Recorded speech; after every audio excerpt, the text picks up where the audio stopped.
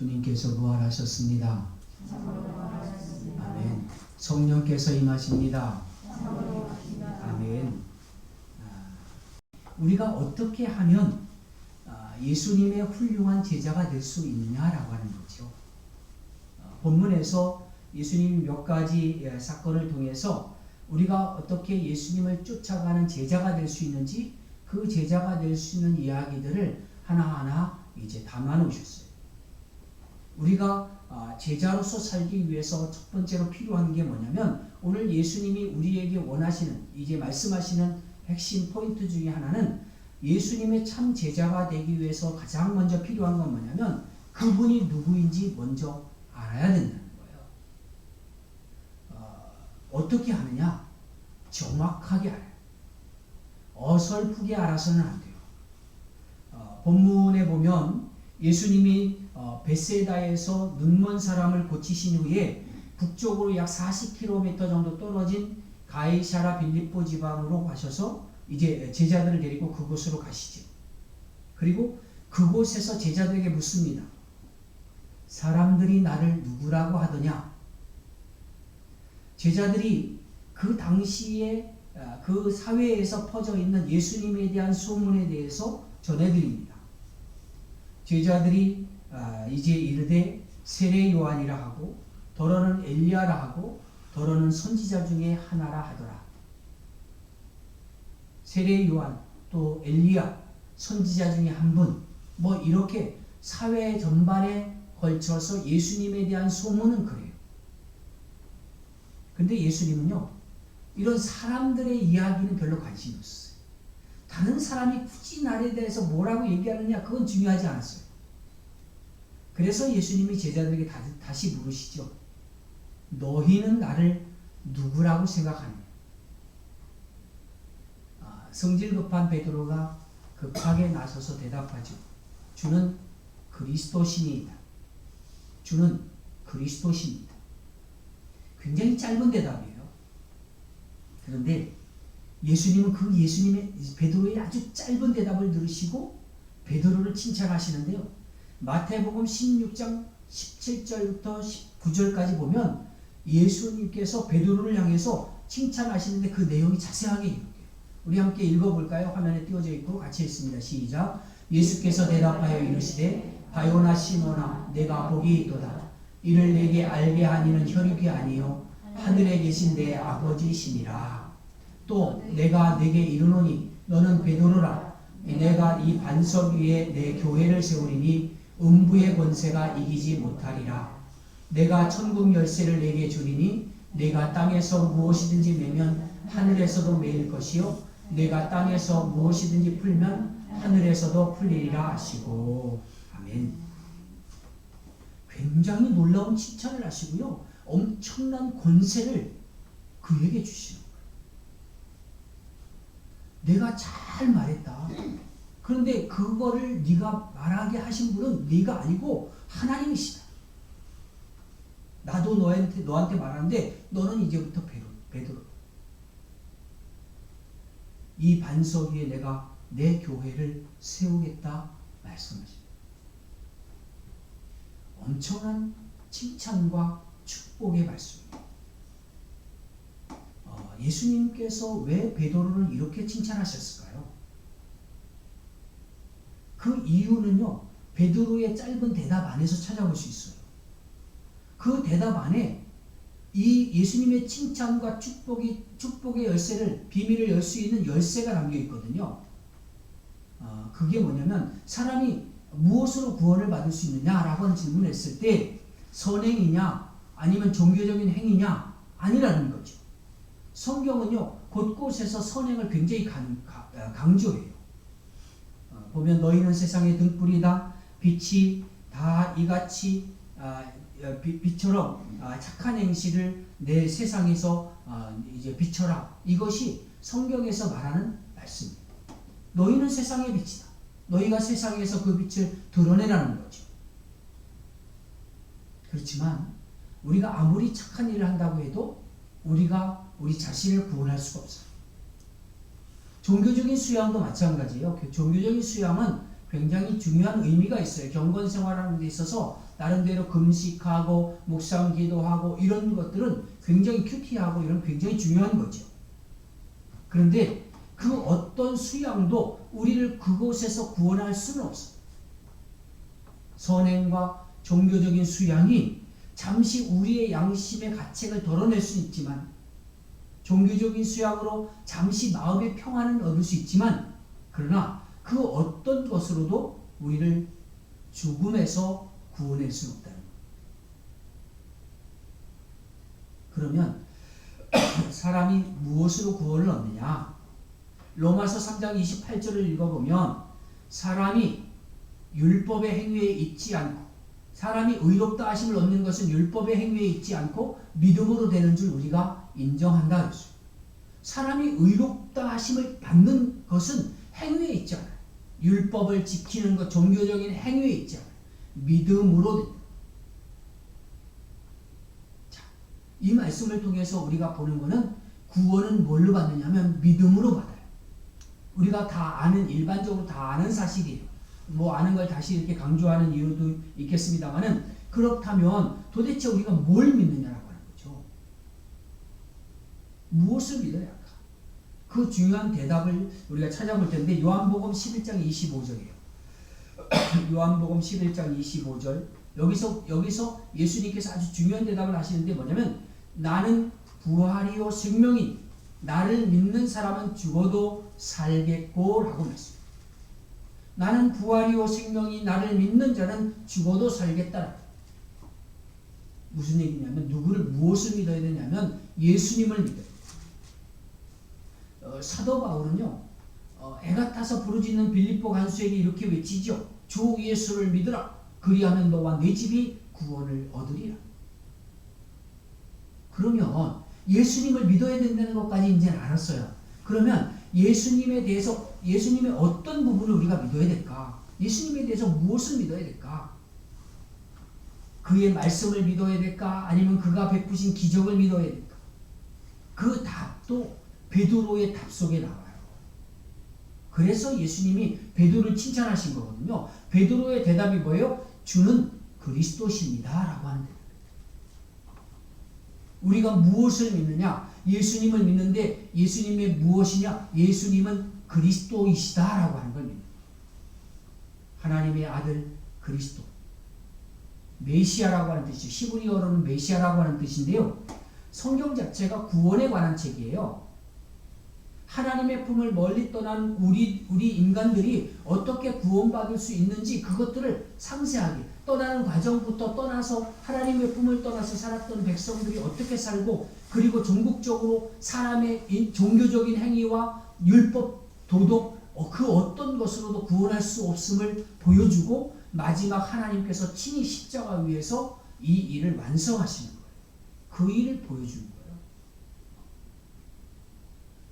하나님께서 오래전에 계획을 세우시고 그 일을 이루셨어요. 그 일을 위해서 성자 하나님이신 예수님을 이 땅에 보내신 거죠. 복음서에 보면 예수님이 행하신 많은 이적들이 있어요.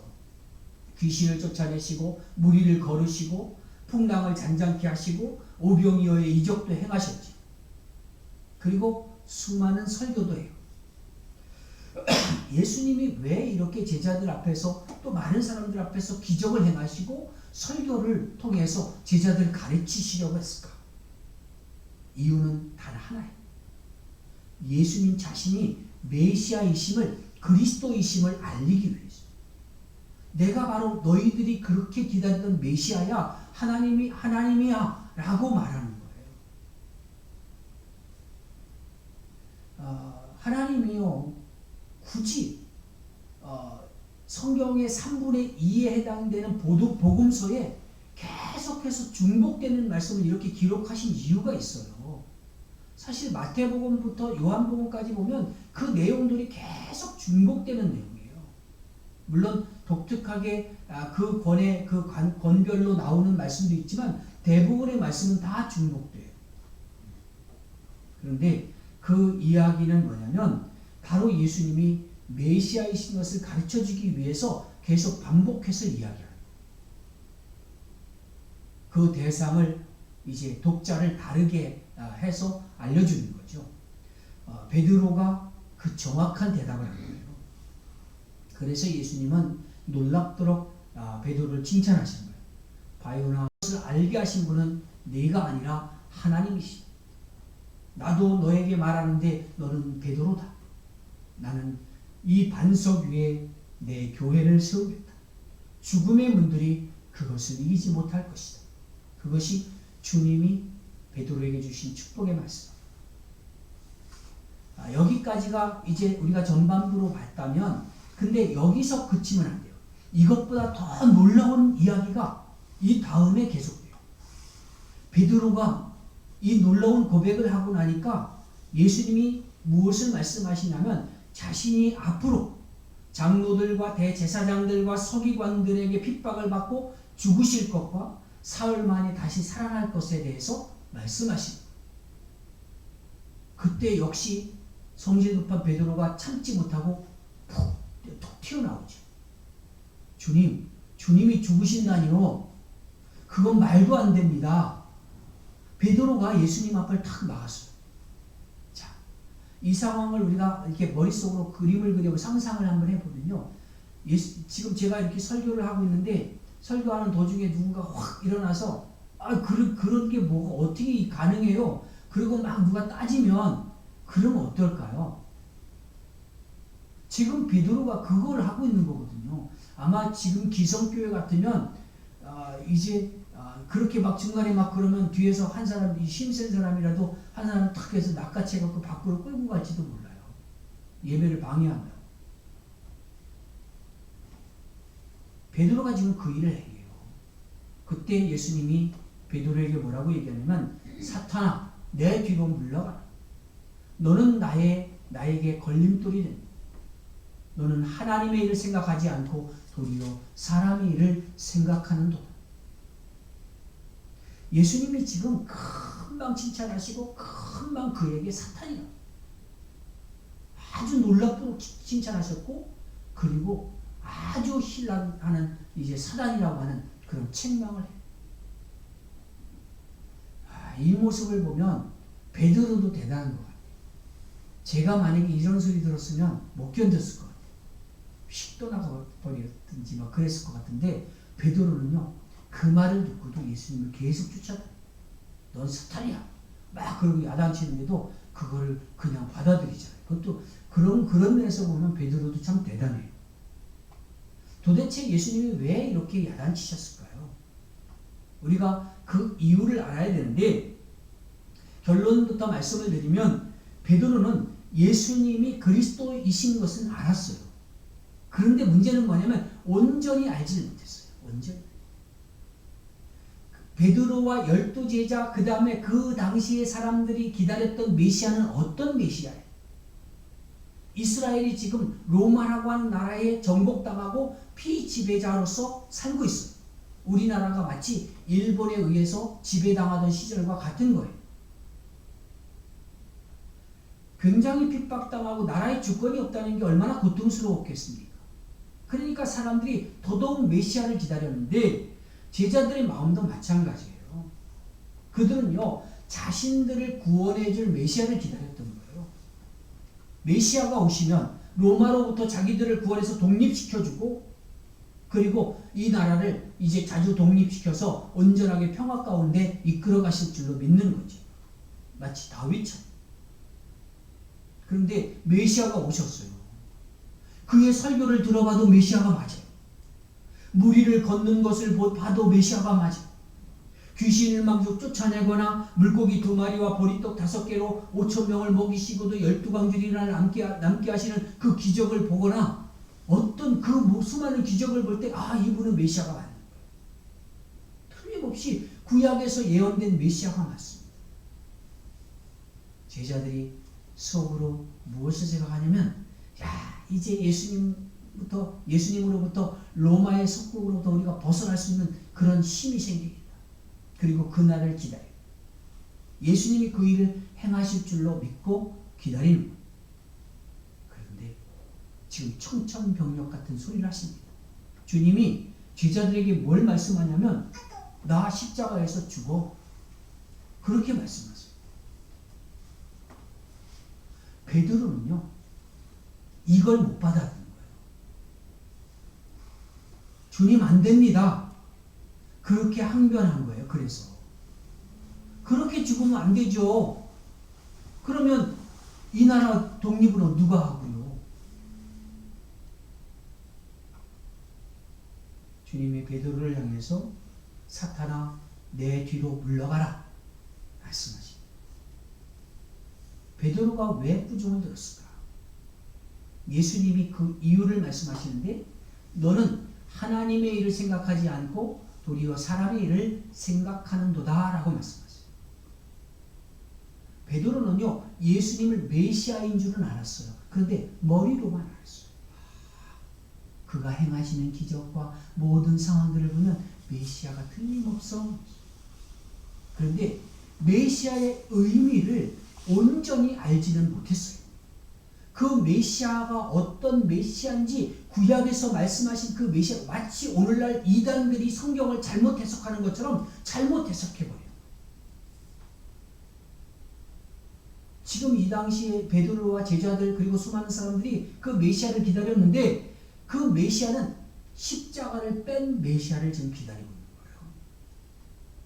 이 땅에 평화를 줄 메시아, 로마의 속국으로부터 해방시켜줄 메시아, 이 땅의 모든 문제, 자기들이 안고 있는 모든 문제, 그 문제를 해결해 줄 수 있는 메시아, 그 메시아를 바라고 있는 거지. 그래서 예수님이 그렇게 말한 거예요. 왜 네가 그렇게 실수했는지 아니? 너는 하나님의 일을 생각하지 않고 사람의 일만 생각했기 때문이야. 베드로만 이런 실수하는 게 아니에요. 오늘 우리들도 마찬가지입니다. 오늘 교회 안에도 이렇게 베드로와 같은 실수를 범하고 똑같은 길을 걸어가는 사람들이 참 많이 있어요. 예수님이 오늘 이 땅에 있는 교회 가운데 오시면 많은 사람들을 향해서 사탄아 내 뒤로 물러가라 이렇게 말씀하실지도 모릅니다. 왜 그러냐면 정말 우리가 그리스도를 안다면 우리가 그분을 스승 삼아서 그분의 제자가 되기 원하면 우리의 삶이 달라져야 되거든요. 지금과 같아서는 안 돼요. 우리는 사람의 일보다 하나님의 일을 더 생각해야 돼요. 오늘 한국 교회가 그래요. 모든 것의 중심이 나가 된 거예요. 교회도 마찬가지. 우리 교회 그것만 생각해요. 우주적인 교회 전체 하나된 교회를 우리 감리교 교리적 선에서는 하나되게 하신 교회를 믿는다고 했어요. 그런데 전체 교회를 믿질 않아요. 우리 교회는 굉장히 중요하고 니네 교회는 아무것도 아니고 이게 오늘 기본적으로 생각하는 잘못된 생각들이에요. 왜냐하면 이게 모든 중심이 나이니까. 모든 관심이 오직 이 땅에 있어요. 이 땅에서 얼마나 많은 떡을 손에 쥘 것인가? 얼마나 많은 사람들에게 인기를 누리며 살 것인가? 그것만 생각합니다. 우리가 신앙생활하면서 가장 큰 위험이 있다면 그거는 하나님의 일보다 내 일을 먼저 생각하는 거, 그게 큰 위험이에요. 예수님은요, 이런 사람은 제자가 될 자격이 없다 이렇게 말씀하십니다. 우리는 그리스도를 알아야 돼. 그 지식적인 알미 아니라 전 인격적으로 그분과 교제하며 그분을 만나야 돼. 그리고 그분이 내 삶을 통해서 사라져야 돼. 그것이 진정한 알미입니다. 그리스도께서 왜 이 땅에 오셨고 그리고 앞으로 어떻게 다시 오실지 소망하며 살아야죠. 그분을 소망하는 우리의 믿음이 되어야 합니다. 두 번째로 예수님의 참 제자가 되기 원하면 두 번째 방법은 자기를 부인해야 된다는 거예요. 자기를 인정하지 말라는 거예요. 예수님께서 베드로를 꾸중하고 나서 어떻게 하면 예수님의 제자가 될 수 있는지에 대해서 설명하시는데요. 본문 34절에 보면 나를 따라오려고 하는 자들은 자기를 부인하고 자기 십자가를 지고 나를 따를 것이니라. 나를 따라오려거든 자기를 부인하고 먼저 여기서 자기를 부인한다는 것은요 내 존재 자체를 인정하지 않는다 이런 뜻이 아니에요. 한때 한국 교회가 이걸 오해한 거예요. 많은 사람들이 이걸 자기 인간됨을 부정하려고 해요. 그래서 자기가 갖고 있는 감정마저 부인하고 쾌락도 부인해요. 어떤 목사님은 아예 부부 생활도 하지 않아요. 금욕주의자가 또 아예 밥도 먹지 않고 그렇게 이제 면벽 수양하는 사람처럼 그렇게 수양. 자기 몸을 금식 정도가 아니라 학대하는 거죠. 어떤 사람은 굴 속에 들어가서 자기 몸을 찌르면서 그렇게 기도했던 사람도 있습니다. 근데요, 본문에서 자기를 부인한다는 뜻은 그런 의미가 아니에요. 이 말씀의 의미는 자기 중심의 삶에서 벗어나야 된다는 거예요. 우리 신앙생활에서 가장 큰 방해거리는요, 옆에 있는 사람들이 아니에요. 가족이 아니에요. 환경이 아니에요. 바로 나예요. 내가 신앙생활하는데 방해가 되는 건 바로 나라고. 가장 위험한 우상도 바로 나예요. 이 세상은 바로 나를 중심으로 그렇게 돌아가고 나를 중심으로 살아가는 것 그것이 이 세상이에요. 자신의 수준을 딱 정해놓고 자기 감정과 이익과 취미생활을 해나가는 거죠. 그 영역을 침범하면 그 누구라도 용납하지 않아요. 자기 중심적입니다. 타락한 인간의 마음에 기본적으로 갖고 있는 품성이에요. 에고라고 에고이즘, 자아라고 자기 중심으로 살고자 하는 마음 그거는 여러분 죽을 때까지 안 없어져요. 아무리 수양을 하고 돌을 닦아도 그거는 없어지지 않아요. 그래서 예수님을 따라서 하나님의 일을 생각하며 살기 위해서 필요한 게 뭐냐면 끊임없이 나를 부인하는 거예요. 나는 아무것도 아니다. 내 안에 예수께서 사시는 것이지. 나는 죽었지. 예수로 다시 산 것이지. 이걸 끊임없이 반복해요. 부인하는 자. 이거는 쾌락을 느끼지 말란 얘기가 아니에요. 아침에 일어날 때 그 행복감을 느끼지 말란 얘기가 아니에요. 성공과 욕심 그리고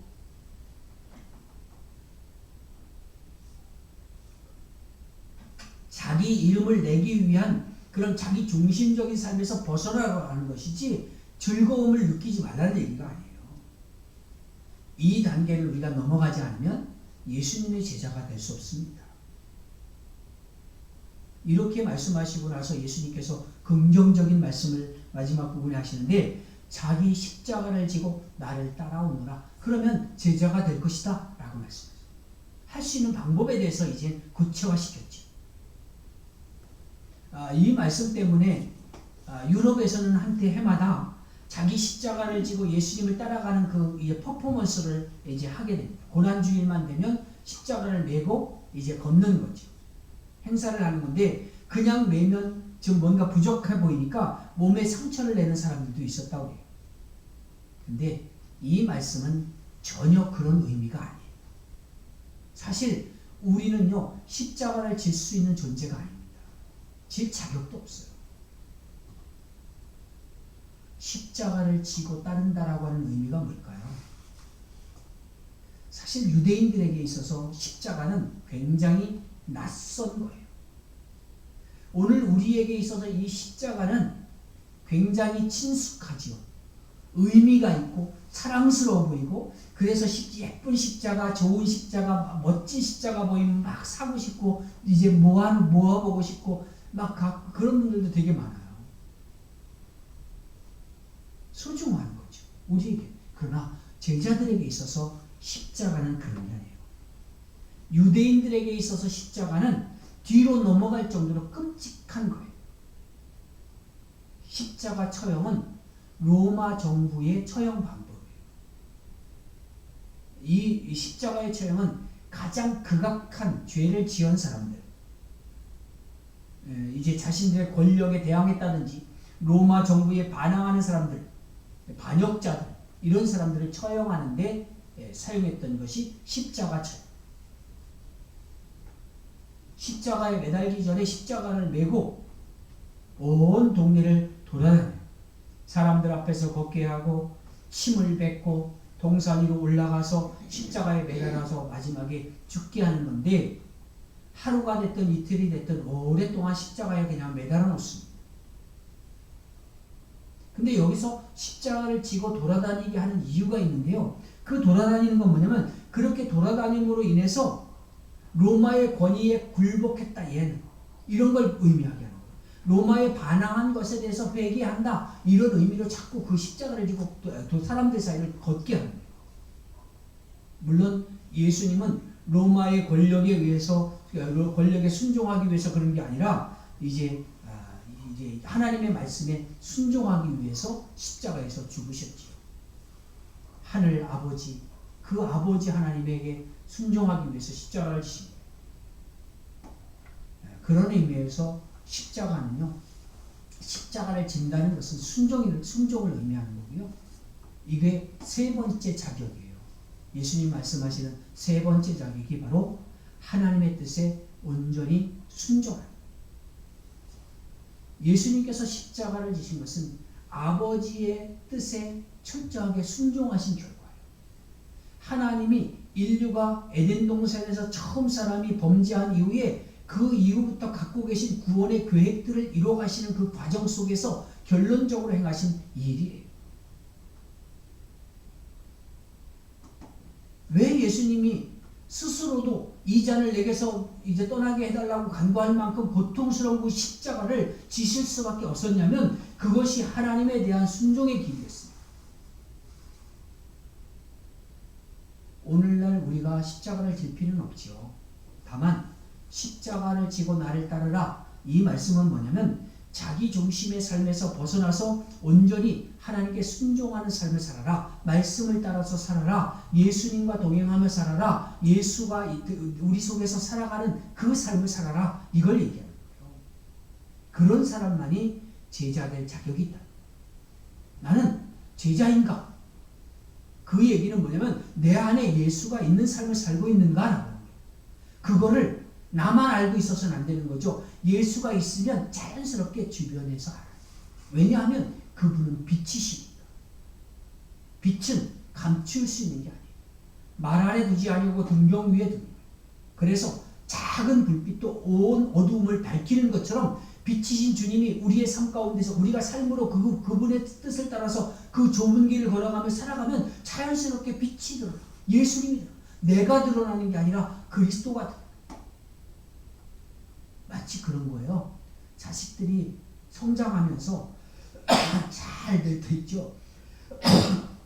잘 될 때 그때 동네 사람들이 뭐라고 그래요? 그 자식한테 막 찾아가서 축한다고 그러기 전에 그 부모한테 먼저 와서, 아유 자식 잘 돼서 좋겠어, 그렇게 말하죠. 아유 쟤는 누구 아들이래, 누구 자식이래, 이렇게 말하잖아요. 그런 것처럼 우리가 예수님으로 살아가면 자연스럽게 빛이신 예수님을 사람들이 그렇게 알아요. 그래서 너희 착한 행실로 사람들에게 이제 사람들을 통해서 알게 하고 그를 통해서 하나님께 영광을 돌리라고 성경이 말씀하는 거예요. 그리고 예수님께서 왜 자기 중심의 삶에서 벗어나서 하나님의 뜻을 온전히 쫓아야 되는지 그 이유를 오늘 본문 마지막 부분에서 설명해 줍니다.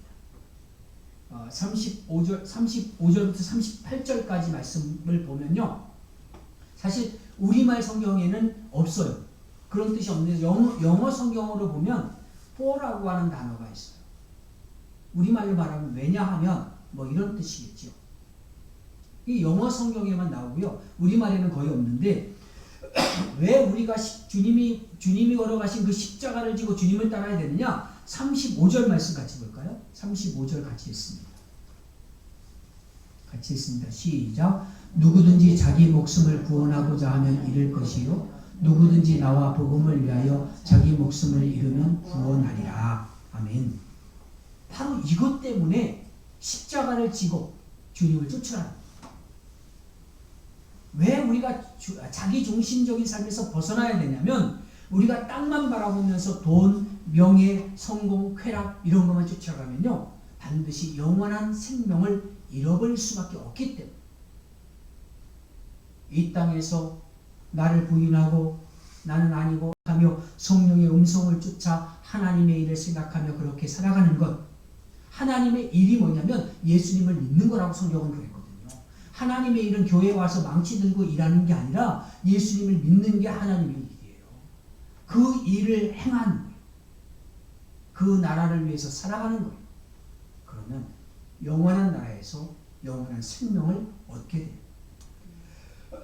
우리가 믿음의 경주를 다할 때까지 주님을 믿는 믿음에서 떠나지 않는 것, 그것이 하나님의 일을 하는 거예요. 그리고 두 번째 이유도 설명하는데 36절과 37절을 볼게요. 36절과 37절 시작. 사람이 만일 온 천하를 얻고도 자기 목숨을 잃으면 무엇이 유익하리요? 사람이 무엇을 주고 자기 목숨과 바꾸겠느냐? 아멘. 이 세상에서 가장 어리석은 사람이 누구냐? 잠시 동안의 소유를 위해서 자기 목숨을 버리는 사람. 우리가 나 중심적인 생각을 가지고 이 땅의 것만 생각하고 살면 영원한 생명을 놓쳐버려요. 그래서 주님이 자기를 부인하고 주님의 십자가를 지고 따라오라고 말씀합니다. 그리고 마지막 38절에서 다시 한번 이걸 강조해요. 38절에 보면 누구든지 이 음란하고 죄 많은 세대에서 나와 내 말을 부끄러워하면 인자도 아버지의 영광으로 거룩한 천사들과 함께 올 때에 그 사람을 부끄러워하리라. 사람의 일을 생각하고 살면 우리는 다 잃어버리는 거예요. 이 음란하고 죄 많은 세대에서 나와 내 말을 부끄러워하면 예수님과 예수님 말씀, 성경을 부끄러워하고 예수님의 말씀, 예수님을 부끄러워하고 내가 교회 다니는 것을 부끄러워하면 인자도 예수님도 아버지의 영광으로 거룩한 천사들과 함께 재림하실 때에 그 사람, 마지막 심판대 앞에 섰을 때 그 사람을 나도 부끄러워하겠다라고 말씀합니다. 영원한 세계에서는 이것보다 어리석은 사람이 어디 있겠어요? 제가 인터넷에서 읽은 감동적인 글입니다. 내가 돈을 세고 있을 때 하나님은 내가 진 십자가를 세신다. 내가 소득을 셀 때 하나님은 내가 희생한 손실을 세신다. 내가 세상에서 값진 것이라고 생각되는 것을 셈할 때 하나님은 내가 주님을 위하여 받은 상처를 세신다. 내가 소위 성공했다고 생각하는 열매들을 셀 때 하나님은 내가 주님께 바친 순종이 몇 번이 되는지를 세신다. 나는 땅의 것을 세지만 주님은 이 땅의 것이 아니라 영원한 세계를 위해서 희생하고 헌신하고 순종한 것들을 세신다는 거예요. 주님을 위해서 일하다가 복음을 위해서 사역하다가 핍박받은 것을 기억하신다는 거예요. 이 땅이 전부인 것처럼 살아가는 것만큼 어리석은 게 없어요. 이 땅은 유한한 것이 그 누구도 두 번 살 수 있고 영원히 살 수 있는 것이 아닙니다. 온 마음과 온 뜻을 다해서 하나님을 우리가 알아야 된다. 알고자 한다면 날마다 나를 부인해야 되고 주님의 십자가를 지고 주의 길을 쫓아가야 됩니다. 그 사람이 바로 주님의 제자예요. 오늘 우리가 주님의 제자로 살기 위해서는 오직 하나님을 메시아이신 하나님이 누구신지 예수 그리스도가 어떤 분이신지 분명히 알아야 되고 그분을 내 삶의 주인으로 모셔야 돼요. 그래서 내 삶의 전 부분에서 전 인격적으로 그분과 함께 살아요. 그럴 때 우리는 비로소 제자입니다. 제자입니까?